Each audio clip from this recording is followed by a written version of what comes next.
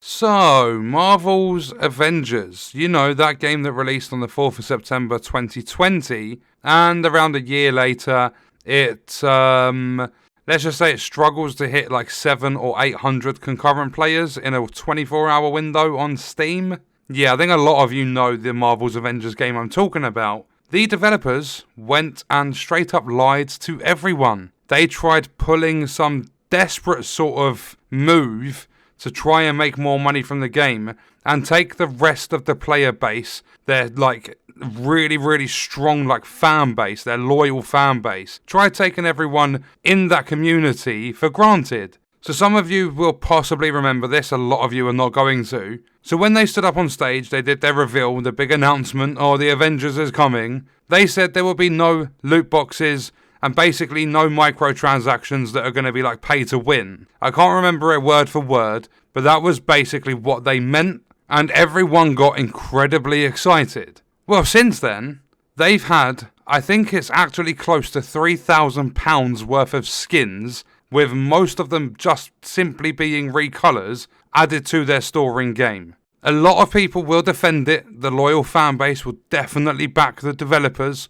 Oh, it's great, we've got some MCU skins, all this stuff. But then they went and took it a step further. And this is not just a negative video, there is positive to come from this too. So what they went and did, their desperate act to try and make some more money, I believe they actually lost Square Enix around $50 or $60 million. But to try and make money, and I don't know if this was Crystal Dynamics or Square Enix, they added XP boosts for a premium, real money microtransaction into their game. So what did the community do? The community gave them a shitload of backlash, kicked off about it, said we are not accepting this, you have said this stuff would not be in the game. And what did they go and do?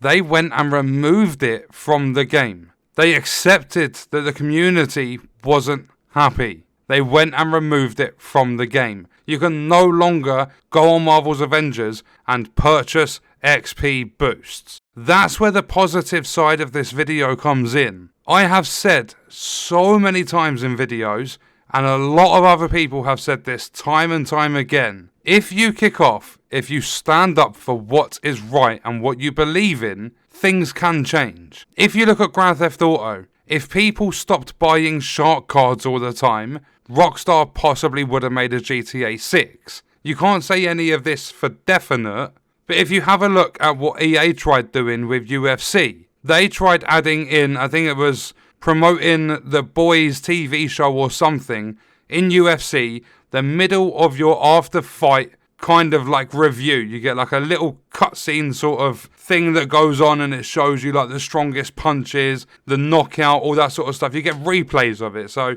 it's essentially a replay. And EA put full-on adverts in a AAA priced game into UFC. Full-on adverts. The community went ballistic. People started coming together to kick off. So EA decided to remove it. All people have to do is stick up for the community and say, this ain't right. Everyone needs to form together to stand up for what is right in video games, and the developers and publishers will sometimes listen, especially if you hit them where it hurts. If you take a look at Outriders, and I know boycotting does not work, unless you can get the millions, the masses, the majority of the community, unless you can get most people on your side, there is no way you can do it realistically, but it's still possible for players to actually get these companies to make change in the games if they form together. It's happened in Avengers, it's happened in UFC. There are lots of other games, like if you look at the culling, they were trying to charge per match. Everyone was putting out videos, this is fucking disgusting. We are not accepting this stuff. The culling, I don't even think it sold 10 copies when it come out again. If you hit these companies where it hurts and you join up as part of the community and stand up to the devs, you can make change in these games. What they've done with Avengers is proof of this. Instead of seeing, oh, we're adding in a season pass, you get the first 10 tiers free, then the final 90, you have to pay £1 each one. People will sit there and accept it. Oh, I love this game. There's no harm in supporting the developers, all that sort of stuff. But it's disgusting. It's predatory. Something like that, if the community banded together and kicked off enough, they would remove it. That's what people need to start doing. When there are bugs like Outriders, where you have 10 weeks of players not being able to log in, everyone grouped together, kick off, say it's not acceptable. We're paying £60 for this product, and this is how you're treating us. If people stopped defending it, saying, oh, these microtransactions are only optional. Yeah, at the moment, they're optional. But the more they are defended, the more people just sit there and accept it because it's not harming them, the worse it's going to be. People never said anything about Destiny 2 having full paid expansions and having battle passes and all that stuff as well, or season passes, because they just got on with it.